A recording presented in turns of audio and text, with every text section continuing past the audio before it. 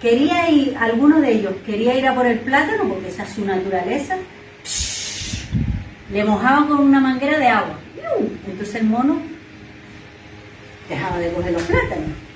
Hicieron el mismo experimento con el segundo mono, con el tercero, y cada vez que iban a por el plátano, le mojaban.